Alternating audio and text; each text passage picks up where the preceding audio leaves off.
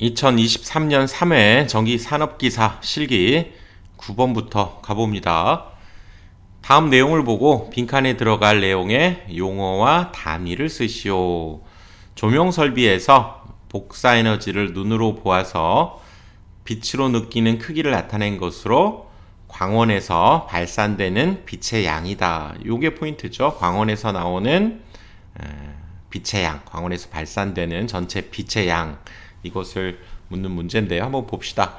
조도라고 하는 것은 광원에서 빛이 나와서 이쪽 대상면에 입사하는 빛의 양이죠. 그러니까 이 대상면을 중심으로 얘는 나타낸 거고요. 광속부터 봅시다. 광속은 이 광원에서 나오는 빛의 총량입니다. 총량이 여기서 나오는 빛의 총량이 광속이고요. 대상면에 들어오는 것이 조도가 되죠. 그러니까 여기에서 일단 발산되는 빛의 총량을 묻는 거니까 이때의 답은 광속이 일단 맞는 거겠죠. 광도는 광원에서 어느 방향으로 나오는 빛의 색입니다. 그러니까 이 광원에서 전체 빛의 양은 광속이었다면 이 방향으로 나오는 이 빛의 양을 광도라고 하고 대상면에 들어오는 것을 조도라고 하고, 그러니까 여기에서는 광속이다 이렇게 답을 해주시면 되죠. 그리고 단위는 LM, 그래서 루멘입니다. 루멘, 광속의 단위 루멘. 조도는 룩스, 광도는 칸델라 이렇게 됐죠. 10번 다음은 전압의 구분 및 종류에 대한 내용이다. 가로에 들어갈 내용을 쓰시오. 자, 무엇은 전선로를 대표하는 선간전압을 말합니다. 이 전압으로 그 계통의 송전전압을 나타내는데 뭡니까? 공칭전압이죠. 공칭전압은 선간전압이고 그 송전계통에서의 송전전압을 의미한다는 거고요. 자, 무엇은 전선로에 통상 발생하는 최고의 선간전압, 이것만 봐도 알 수 있죠. 최고의 선간전압을 우리가 최고전압 이렇게 얘기합니다. 염해대책, 일선 지락고장 등 내부 이상 전압, 코로나 장애, 정전 유도 등을 고려할 때 표준이 되는 전압으로서 얘는 최고 전압이죠. 11번 저압 가공인입선의 전선의 높이를 쓰시오. 가공인입선은 우리가 전주에서 이렇게 수용가로 따오는 요걸 우리가 가공인입선 이렇게 얘기하죠. 그래서 이것을 얘가 만약에 도로를 이렇게 횡단, 여기가 도로가 이렇게 있을 때 도로를 횡단할 때 그때의 노면상은 몇 메타 이상, 여기서부터 몇 메타 이상을 유지해야 되는가 물은 거죠. 그래서 저압 인입선 같은 경우에는 도로를 횡단하는 경우 노면상 5m 이렇게 되고요. 또 기술상 부득이한 경우 교통에 지장이 없다는 게 확실할 때는 3m 이렇게 되지만 그 말이 없으면 여기는 5m가 되는 거죠. 있네요. 기술상 부득이한 경우 교통에 지장이 없을 때는 제외하는, 즉 요걸 제외하고는 5m 이렇게 해야 되겠죠. 철도 또는 궤도를 횡단하는 경우는 철도 궤도는 무조건 6.5입니다. 여러분들 우리 KEC 전기 설비에서 우리 계속 봤었죠. 철도는 무조건 6.5, 이거 여러분들 기억해 주셔야 되고요. 횡단 보도교 위 일종의 육교는 3m 이렇게 기억하시면 됩니다. 그러니까 여기에서는 5m, 여기는 6.5m가 되죠. 철도는 6.5m 이렇게 답을 해주시면 되겠습니다. 12번 그림과 같은 분기회로의 전선의 굵기를 표준 공칭 단면적으로 선정하라. 전압 강하는 2V고요. 배선 방식은 교류 220V 단상 2선식이고 후광 전선광 공사로 한다 그랬는데, 여기서 지금 이 분전반에서 지금 요건 역시 길이 개점이 없죠. 아무튼 여기에서 여기까지 거리가 12m, 그리고 다시 여기에서 6m 떨어진 곳, 6m 떨어진 곳, 이런 곳에 지금 계속 하나씩 이렇게 부하를 설치를 해둔 거죠. 그러니까 여기에서 여기까지는 18m로 볼 수 있겠고, 여기서 여기까지는 24m 이렇게 되겠죠. 이것들을 다 더해서. 자, 그럴 때 공칭 단면적을 요걸 보고 선정을 하게 되는데요. 일단 이걸 위해서는 우리 이 단면적 계산하는 이 공식 굉장히 잘 나오죠. 단상 3선식, 단상 4선식 같은 경우 중성선을 가지고 있는 경우에는 전압 강하는 1000A분의 이건 단면적이고요. 17.7 L은 요거는 선로의 길이죠. 길이. I는 전류. 그리고 이 전압 강화 공식을 이용하면 이 A와 E를 자리만 바꾸면 바로 단면적 우리가 얻어낼 수가 있죠. 얘와 얘 자리만 바꿔주면 됩니다.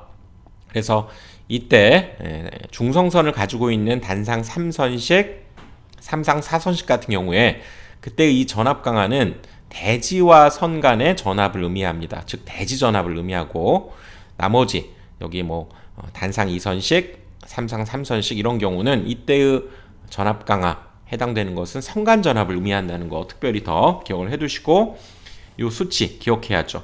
그래서 17.8 그 2배 한 것입니다. 35.6, 30.8 이렇게 된다는 얘기죠. 꼭 기억해야 되고요. 그 다음에 여기 부하 중심점까지의 거리 내는 공식. 자, 요것은 이렇게 되는데 이렇게 부하를 한 곳에 집중하지 않고 12, 6 이렇게 떨어뜨려 가면서 계속 했을 때 그럼 이걸 하나의 기준을 갖는 거리를 우리가 찾아야 되는데 그걸 우리가 부하 중심점의 거리다 이렇게 얘기하죠. 그래서 그때 이 부하 중심점 거리 공식은 즉 부하의 모든 전류의 합이 분모에 오게 됩니다. 모든 전류의 합 이것이 분모에 오게 되는 거죠. 그러니까 여기에서도 부하 중심점을 우리가 구해서 지금 여기 같은 경우는 단상 2선식이라고 했기 때문에 단상 2선식에 의한 전선의 단면적 공식 35.6 Li를 써야 되는 거죠. 그렇죠? 그래서 거기에서의 이 거리 L을 구하기 위해서 이 부하 중심점 거리가 필요하다는 겁니다. 그래서 부하 중심점 거리 분모는 부하 전류를 모두 합한 거고요. 그리고 얘는 그 부하의 전류와 보내는 쪽, 그렇죠? 보내는 쪽 분전반에서 그 부하 사이의 거리 역시 2번 부하의 전류와 분전반에서 그 부하까지의 거리 이런 것들을 각각 곱해서 다 더했다 그 뜻이죠. 이걸 여러분들이 약간 이미지화해서 기억을 해야 되는데 일단 분모에는 여기 이 부하에 들어가는 모든 전류를 다 더해준다. 전류의 합이다. 이렇게 기억을 하시고요. 분자에 오는 것은 자, 이 전류가 있으면 여기가 12m면 이 거리와 그 전류의 곱. 그 다음에 얘는 이 전류와 여기서 여기까지 거리의 곱. 얘도 이때의 전류와 여기서 여기까지 거리의 곱. 이 전류와 여기에서 여기까지 거리의 곱. 이런 것들의 합으로 구성되어 있다라고 하는 것을 이렇게 식으로 그냥 무작정 외우기보다는 이렇게 이미지화해서 여러분들 기억해서 부하 중심점까지 거리 L을 구해야 되죠. 자, 이제 그렇다면 이제 L부터 하나씩 알기 위해서는 이 각각의 부하가 가지고 있는 전류를 얼마만큼 사용하게 되는지를 우리가 생각을 해야 되겠죠. 그래서 여기에서는 자, 기본적으로 교류 220V를 쓰게 되니까요. 이때 부하 전류 하나를 계산하려면 여기 전력을 전압으로 나눠주면 되겠죠. 개별 부하의 전류는 전력을 전압으로 나눠주면 되니까 이 하나하나의 지금 전력은 1100W죠. 그러니까 1100을 대입하고 220V를 쓴다고 했기 때문에 250을 쓰게 되면 아하 모두가 다 1100이니까 모두가 다 5A 여기도 5A 다 5A의 전류를 사용하고 있다라고 하는 것을 알 수가 있죠. 그러면 L값을 구하기 위해서는 이 5가 6개가 더해지네요. 그렇죠? 그러니까 분모에는 5를 6번 더해도 되고 그 다음에 5 곱하기 6을 해도 되겠죠. 그 다음 여기에 분자에 오는 식은 이 길이와 5A를 곱해야 되겠죠. 12 곱하기 5 쓰자면 12 곱하기 5 그 다음에 얘에 해당되는 것은 이제 요 거리니까 18이 되겠죠. 18 곱하기 5 이런 식으로 곱해서 다 더해준 값이 부하 중심점까지의 거리가 되겠죠. 그래서 부하 중심점까지 거리는 이때의 전류 5 6개죠. 그 6개를 다 더한 것 또는 5 곱하기 6이라고 해도 되겠네요. 그거에다가 5 곱하기 12 그 다음에 여기 5A에다가 요 거리에 해당되는 18 그 다음에 여기 5A에다가 이 거리에 해당되는 24. 그렇죠? 또 5A에다가 이 거리에 해당되는 6만 계속 더해주면 되니까 5 곱하기 30이죠. 6만 더해서 또 5 곱하기 여기에 6을 더해서 36, 5 곱하기 6을 더해서 42. 이렇게 계산한 것이 부하 중심점까지의 거리 27 이렇게 되고요. 이제 우리 단면적 여기 단상 2선식 여기가 35.6li에 1002였잖아요. 1002 해서 뭐 전압 강하 주어져 있고요. L도 방금 부하 중심점 거리 L을 구했고 이때의 값은 바로 전체 전류를 의미하게 되는 거죠. 그래서 그 전체 전류는 지금 여기 보시면 이 1100W짜리가 총 6개가 있으니까 전체 전력은 1100을 6을 곱해주고 그 다음에 그때의 전압 220으로 나눠서 계산하니까 전체 전류 30A가 얻어지게 됩니다. 얘는 그 전체 전류를 의미하게 되는 거고요. 그래서 1002분의 35.6li에 의해서 여기 부하 중심점 거리 27 대입하고요. I는 30을 대입하고 전압 강하 아까 2V 알려줬죠? 이 대신에 얘를 대입해서 구해주면 14.42가 나오네요. 그러니까 요거보다는 커야 되는 거죠. 그러니까 요걸 선정해 주면 되겠네요. 16 스퀘어 16 제곱밀리미터 이렇게 답을 해주시면 되겠습니다. 13번 그림은 229 1000kVA 이하에 적용하는 특고압 간이 수전 설비의 표준 결선도이다. 이 결선도를 보고 물음에 답하시오. 잘 나오는 문제죠. 여러분들 한번 이 표준 결선도 보고 인입구에서 자동 고장 구분 개폐기 우리 AS라고 이렇게 표현하는 자동 고장 구분 개폐기가 있고요. 또 피레기용 달로기를 거쳐서 피레기죠. 피레기. 그리고 이건 전력 퓨즈가 되고요. 이것은 MOF 전력 수급용 계기형 변성기죠. 거기에 전력 양계가 붙어 있게 되고요. 수전용 변압기 이렇게 되어 있는데 한번 이 내용들 여러분들 반복할 수밖에 없지만 조금 중요한 부분들은 잘 기억하셔야 돼요. 이 LA용 피레기 여기 DS 이 부분은 생략할 수 있고 그 다음에 229 LA는 디스커넥터 또는 아이솔레이터 붙임령을 사용한다 라고 하는 것도 기억을 해 두시고요. 그 다음에 2회선으로 시설하는 것이 바람직하고 또 한 가지 지중 인입선인 경우 요거 꼭 기억하셔야 됩니다. CNCVW 케이블 수미령 괄호까지 또 TR CNCVW 케이블 트리 억제형 여기까지를 사용해야 된다. 이 두 가지 기억을 해 두시고요. 그 다음 300kVA 이하인 경우에는 여기 PF 대신에 COS 비대칭 차단 전류가 10kA 이상인 것을 즉 이 COS를 사용할 수 있다라고 하는 것도 포인트로 기억을 해 두십시오. 자, 이것을 이제 알게 되면 여기 자동 고장 구분 개폐기 AS라고 했죠. 아까 요거는 ASS가 되는 거고요.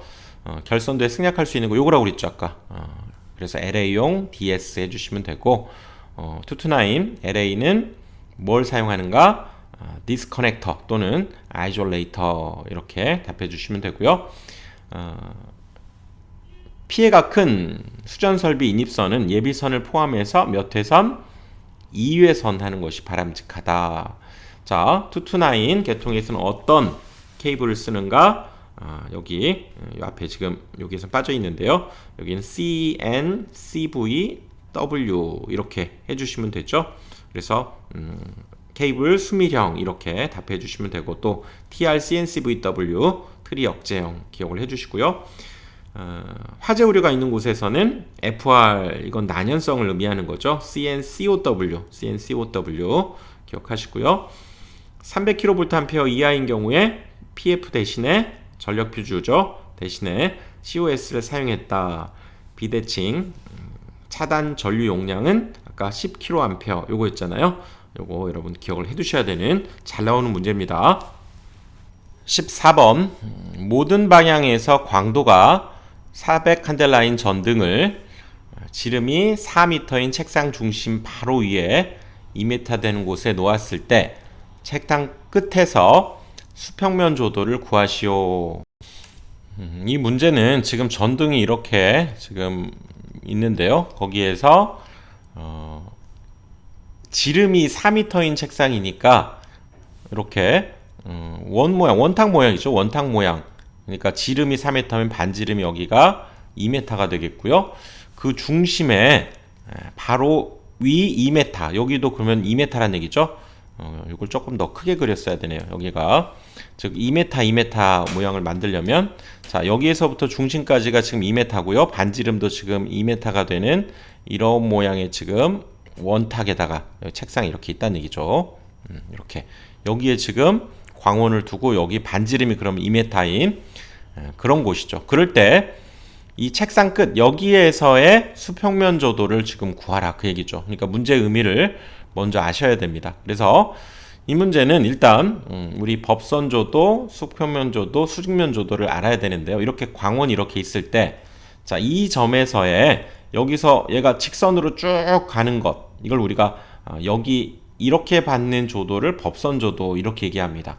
그러니까 여기에서도 이렇게 받는 조도가 바로 법선 조도가 되는 거죠. 이게 그 다음에 이 방향 조도가 수평면 조도. 이게 수직이면 같지만 이게 수평면 조도입니다. 왜냐하면 빛이 이렇게 들어오는 곳과 얘가 수평을 이룬다 그래서 이 부분이 얘와 수평이다 그런 의미입니다. 책상을 기준으로 하는 게 아니고 광원을 기준으로 하니까 얘가 수평면 조도가 되고요. 또 이 부분에 해당되는 것이 수직면 조도죠. 이 부분이 얘의 수직이니까 이걸 수직면 조도 이렇게 얘기합니다. 그래서 일단 이 부분의 조도를 우리가 법선 조도라고 한다고 그랬죠. 법선 조도. 왜냐하면 지금 이거를 하나의 원이나 점으로 생각해 보면 여기에 수직으로 얘가 들어가는 개념이기 때문에 이게 법선 조도 이렇게 얘기하고 이것은 기본적으로 이렇게 광도 i죠. 광도 i가 주어지면 그 i를 이때의 요 거리를 r이라고 하면 r 제곱으로 나눈 겁니다. 즉 i를 r 제곱으로 나눈 것이 즉 여기로 들어가는 법선 조도가 되고요. 그렇다면 지금 이 부분 요거 수평면 조도, 수직면 조도. 그러니까 이 길이는 요거와 같다고 할 수 있으니까 얘를 수평면 조도로 보면 되고요. 얘를 수직면 조도로 보면 되니까 여기에서는 이때 직각삼각형을 이용해서 지금 요 길이는 요거 아니까 어떻게 구하면 됩니까? 여기를 지금 세타로 봅시다. 여기로 세타로 봐야죠. 여기를 지금 세타로 광원을 중심으로 여기를 세타로 보게 되면 코사인을 곱한 것이 바로 요 값이 되는 거죠. 그러니까 요 값에 해당되는 것은 이 법선 조도인 r제곱분의 i에다가 여기를 세타로 봤을 때 코사인 세타를 곱해주는 겁니다. 이것이 바로 무슨 조도라고요? 얘가 수평면 조도라는 거 주의해야 돼요. 수평면 조도. 그리고 이 부분에 해당되는 것이 그러면 이 길이 알고 지금 요 각을 하니까 사인 있잖아요. 사인. 그러니까 법선 조도인 r제곱분의 i에다가 사인 세타를 곱한 부분이 바로 얘가 되는데 이것을 우리가 수직면 조도다 이렇게 얘기한다는 거죠. 그러니까 이것은 여러분 꼭 알고 계셔야 됩니다. 그래서 그걸 이용해서 지금 여기서도 수평면 조도를 구하라고 그랬으니까 이 값을 이제 구해주면 되겠죠. 그래서 수평면 조도 해당되는 값을 한번 구해보면 지금 삼각형을 다시 그려볼까요? 여기가 2이고 여기가 2인 여기 직각삼각형에서 당연히 이 길이 피타고라스 정리 써주면 2루트 2가 됐죠. 그러니까 여기에서 r 값이 2루트 2가 됩니다. 그래서 2루트 2에 제곱 대입해주면 되고 광도 400 대입하고요. 그 다음에 여기 코사인 세타 해주면 되니까 여기서 코사인 세타 이것분의 요거잖아요. 요것분의 요거 요것분의 요거 그래서 곱하기 2루트 2분의 2가 됩니다. 요것분의 요 길이니까 이거 계산해주면 답이 되는 거죠. 그러면 35.36이 나오죠. 35.36 룩스 이렇게 답을 해주시면 되는 거죠. 그러면 35.36이 나오죠. 35.36 룩스 이렇게 답을 해주시면 되는 거죠. 열동계전기 그 다음에 전동기가 있죠. 거기에 지금 이 부분이 지금 뭔가 빠져 있는데 그 부분을 다음 조건 자 전원이 인가되면 그린 램프가 점등되도록 여기 전원이 인가되면 그린 램프가 점등이 되도록 하란 얘기고요. 그 다음 푸시 버튼 ON을 누르게 되면 전자접촉기가 여자돼서 전동기가 기동이 되고, 또 MC 접점이 자기 유지돼서 즉 손을 떼더라도 계속 동작하도록 만들고, 즉 이렇게 운전하게 되면 레드 램프가 점등되고 그린 램프는 소등이 돼야 되는, 뭐 우리가 알고 있는 일반적인 그런 운전회로다 이렇게 볼 수 있네요. 그 다음에 열동 계정기가 동작하면 역시 정지하고 레드 램프가 소등되고, 자 오프 버튼을 누르게 되면 역시 전자접촉기가 소자돼서 정지되고 램프도 정지, 레드 램프 정지, 그린 램프가 점등. 자, 뭐 일반적인 기본적인 회로다 이렇게 봐야 됩니다. 그래서 뭐 결론 놓고 우리가 애니메이션들 한번 다시 이 시퀀스를 이해를 한번 해봅시다. 지금 이게 결론이고요. 이 결론인 상황 한번 어떻게 동작하는지 봅시다.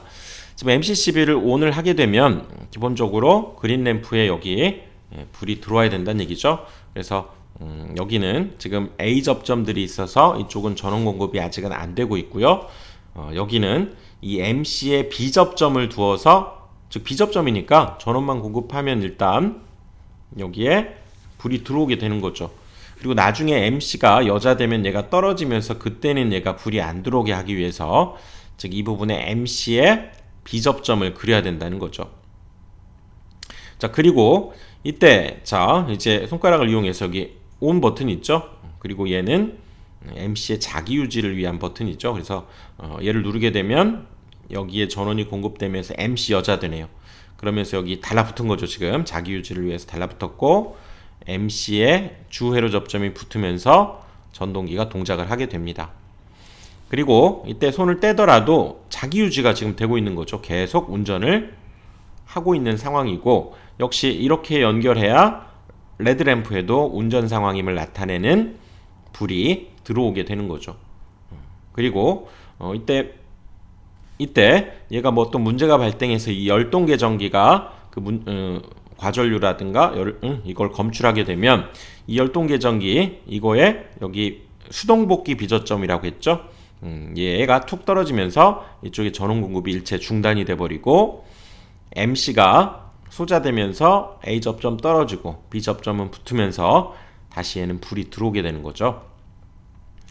자, 이 상황입니다. 그래서 이건 수동복귀니까 여기 문제를 해결한 뒤에 B 접점을 다시 눌러도 이제는 아직 동작은 하고 있지 않죠. 그래서 초기 상태를 만들어주는 이 상황이 됩니다. 그래서 지금 비어져 있는 공간을 이렇게 여러분들이 만들어야 방금 본 대로 그런 동작 과정에 의해서 작동을 하게 됐죠. 자, 이렇게 그려주시면 되겠습니다.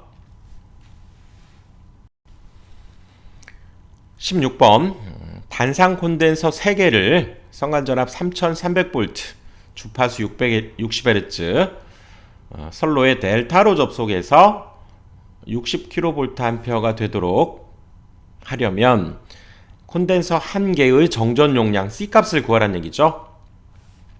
자, 이거 한번 다시 살펴봅시다. 콘덴서를 이렇게 Y결선으로 연결한 경우와 델타 결선으로 연결한 경우, 그때 이 전체의 충전 용량, 그 다음에 델타 결선으로의 충전 용량을 한번 생각해 보면 우리 정전 용량 말고 이제 용량이란 말이 등장하면 여러분들 일종의 전력이다 이렇게 보셔야 됩니다. 전력, 즉 얘가 갖고 있는 전력의 총합 이렇게 봐야 되니까, 여기에서는 지금 Y결선은 여기 콘덴서가 여기 상전압에 이렇게 걸려있죠. 상전압에. 근데 여기 델타 결선은 얘가 성간전압에 이렇게 걸려있게 됩니다. 그래서 먼저 Y결선부터 보면 여기에서의 전력, 그러면 여기에서의 전압과 여기에 충전 전류를 IC라고 하면 IC가 되겠죠. 그거의 몇 배? 3개가 있으니까 32IC가 그렇게 해서 된 겁니다. 그리고 그때의 이 IC라고 하는 충전 전류는 역시 여기에서의 전압을 우리가 임피던스로 나누니까 오메가 C분의 1이 되는 거죠. 이 콘덴서에서의 임피던스 이거잖아요. 그래서 얘가 분자로 올라가니까 오메가 C2가 되고, 이때 IC 대신에 이 오메가 C2를 대입해 주게 되면 여기에 오메가 C2를 대입해 주게 되면 이 두 개니까 2제곱에 3 오메가 C 이렇게 나오게 됩니다. 그리고 이때의 상전압은 여기 성간전압 V라고 한다면 그거에 비해서 루트 3으로 나눠야 되는 거죠. 여기 이 대신에 그걸 대입해서 계산해 보면 오메가 CV 제곱, 즉 성간전압을 기준으로 하면 이 오메가 CV 제곱이라고 하는 충전 용량이 Y결선에서 만들어집니다. 자, 델타 결선은 역시 여기 성간전압에는 V하고 관련된 거죠. 그러니까 이때 하나의 충전 용량은 뭡니까? 전압 V에다가 그때의 전류 IC를 곱하는 거죠. 여기도 그것이 총 3개가 있으니까 3VIC가 그렇게 해서 된 거고요. 역시 이때의 충전 전류는 그때의 전압을 역시 오메가 C분의 1로 나눠주는 거니까 내가 오메가 C V가 되는 거죠.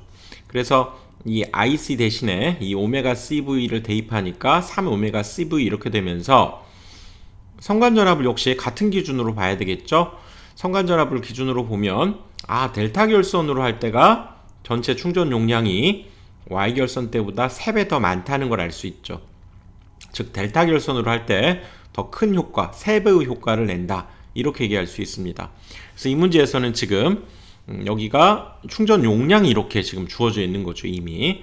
그리고 델타 결선 주어져 있으니까 이 공식에 의해서, 즉 Q는 다시 써볼까요? 여기가 3 오메가 CV 제곱, 이거에 의해서 여기에다가 지금 60kVA를 대입하고 3 곱하기 여기가 2파이 F죠. 근데 F가 60Hz라고 그랬으니까 60, 그리고 그때의 정전 용량 C 곱하기 여기 성간전압 주어졌죠. 3300V, 3300의 제곱, 이렇게 되니까 결국 이 C 값은 이제 요것들의 곱을 분모로 내려보내서, 즉 얘를 요 값으로 나눠주면 되겠죠. 그러면 답이 나오겠네요.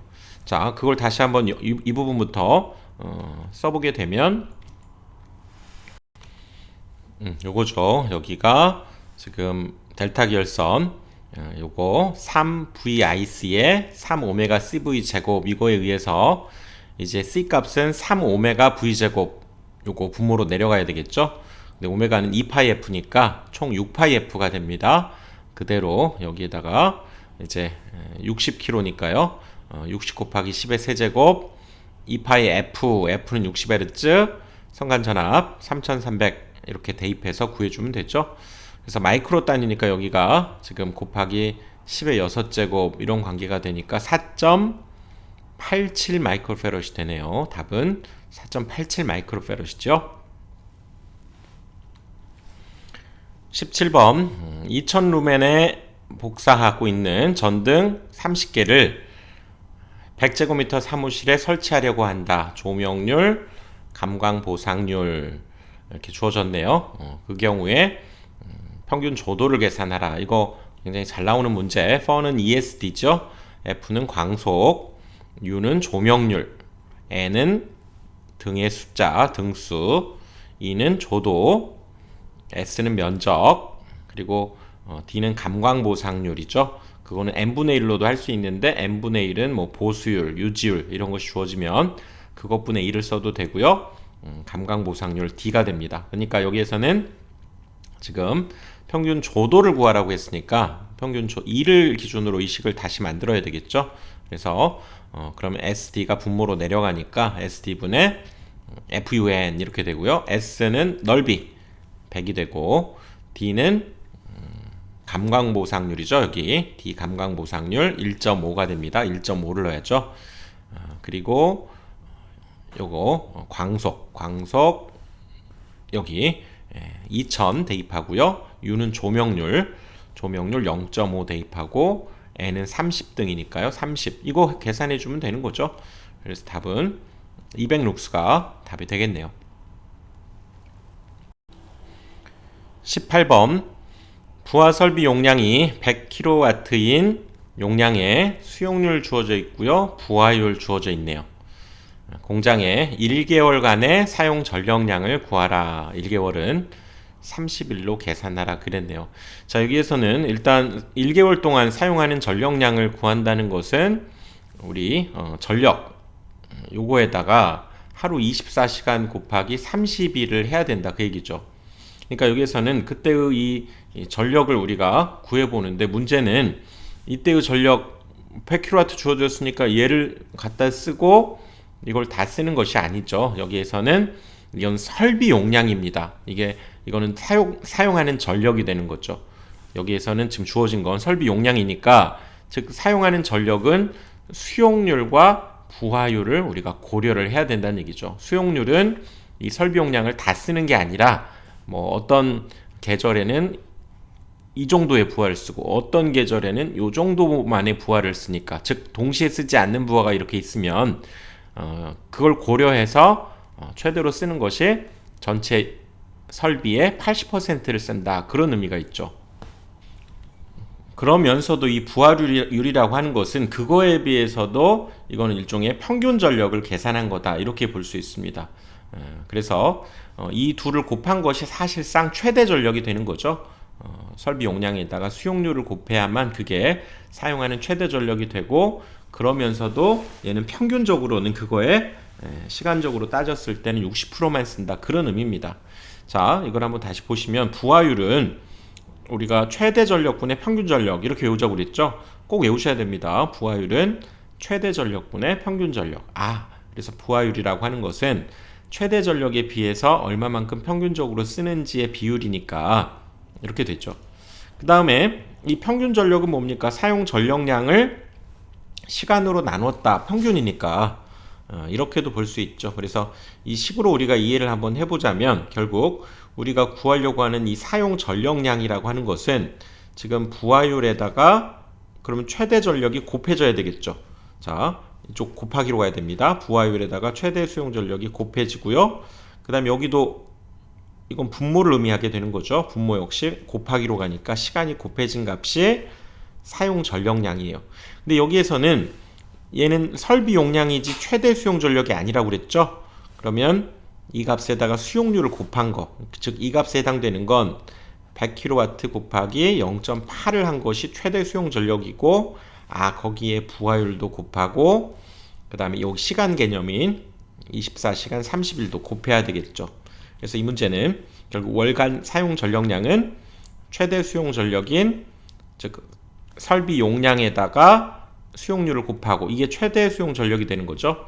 그리고 거기에 부하율이 주어져 있으면 부하율도 곱하고, 그리고 24시간 30일이니까 그 값을 곱해서 계산해야죠. 그러면 34,560kWh가 답이 되겠네요. 자, 이렇게 해서 여기까지 마치고요. 다음 강의에서 또 이어가겠습니다.